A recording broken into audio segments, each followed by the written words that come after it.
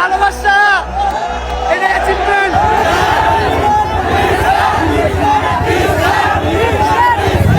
Prince Mamun ওরফে আব্দুল্লাহ আল মামুন টিকটকের আলোচিত সমালোচিত একটি নাম।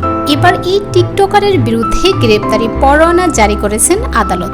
এই বিষয়ে প্রিন্স মামুন সংবাদ মাধ্যমকে বলেন, পরোয়ানা জারি তথ্যটি সত্য। গত ডিসেম্বরের মাঝরাতে লায়লার সঙ্গে একটু ভুল বোঝাবুঝি হয়, সেখানে হাতাহাতির ঘটনাও ঘটেছিল।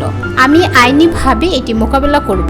মামুন আরও বলেন, যিনি মামলা করেছেন তিনি মামলা তুলে নেবেন বলেছিলেন, তাই আমি হাজিরা দেইনি।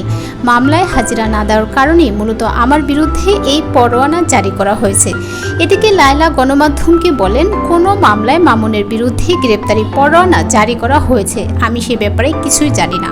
এ ব্যাপারে আমার কোনো মন্তব্য নেই। উল্লেখ্য, প্রিন্স মামুন ও লায়লা টিকটকের আলোচিত নাম। সামাজিক যোগাযোগ মাধ্যমেও তাদের নিয়ে চলতে থাকে আলোচনা সমালোচনা। বয়সের ব্যবধানের পরেও প্রেমের সম্পর্কের কারণে তাদের ব্যক্তি জীবন চর্চিত। কিছুদিন আগে সামাজিক যোগাযোগ মাধ্যম ফেসবুক পোস্ট করে লায়লা জানিয়েছিলেন তার সঙ্গে মামুনের আর কোনো সম্পর্ক নেই।